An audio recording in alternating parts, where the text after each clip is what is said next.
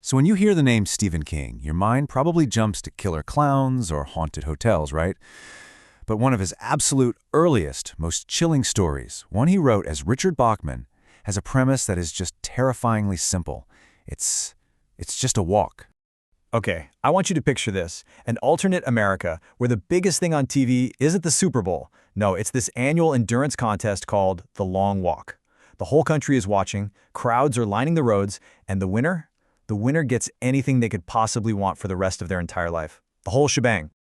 But here's the twist. Here's that question that just grabs you and makes this whole thing a horror story. What if falling behind, what if slowing down meant you lost a whole lot more than just the race? What if the penalty was final? And King, he doesn't waste any time. He sets the tone right away with the book's epigraph. This quote tells you everything. This is not some story about the triumph of the human spirit.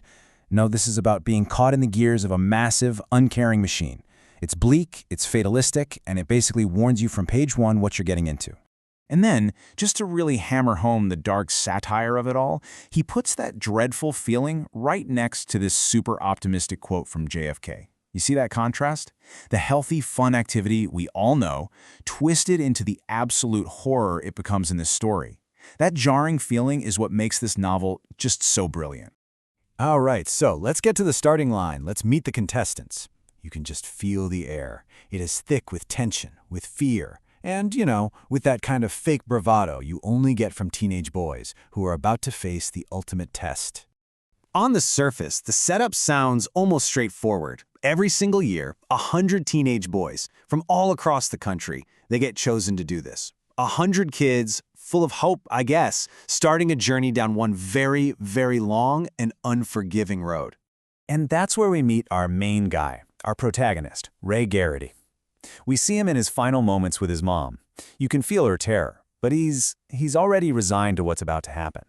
It's this tiny, really human moment that takes this huge, crazy concept and grounds it in something we can all understand, saying goodbye.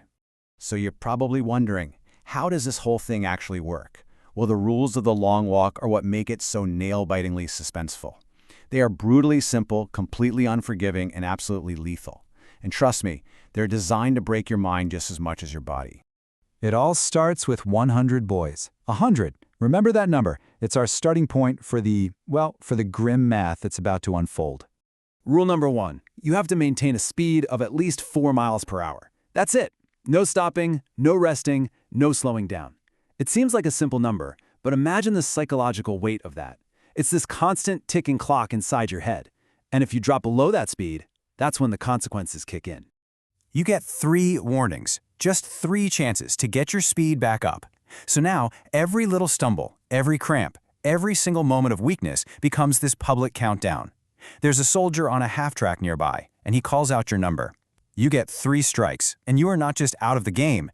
See, because after that 3rd warning, if you slow down again, you get your ticket. And that's this chilling little euphemism they use for being shot, right there on the spot. No appeals, no do-overs. The walk just keeps on going, with one less person.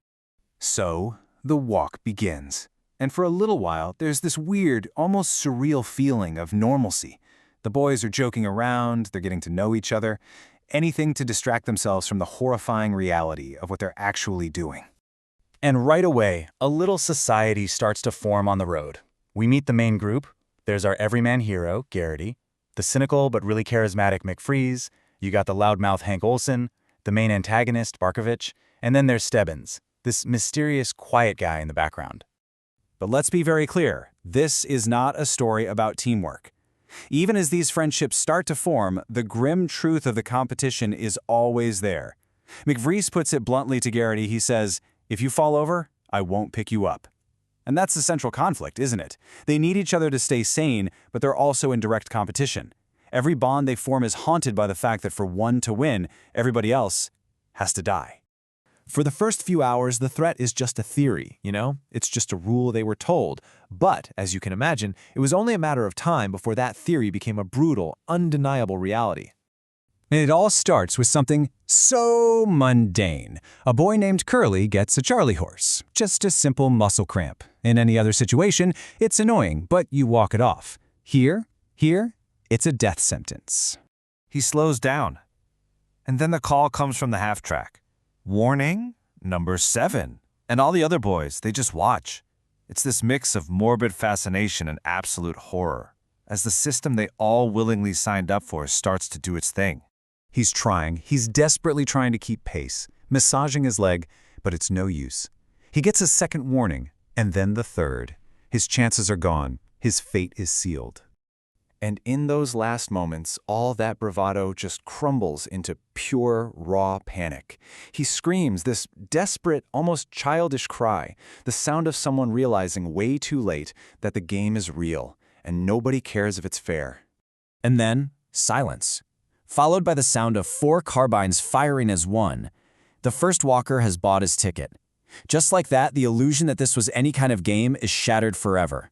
99 boys remain. That first death changes everything. Suddenly, it's not about winning anymore, it's just about surviving. The walk completely transforms from a physical race into this psychological war against their own bodies, their own minds.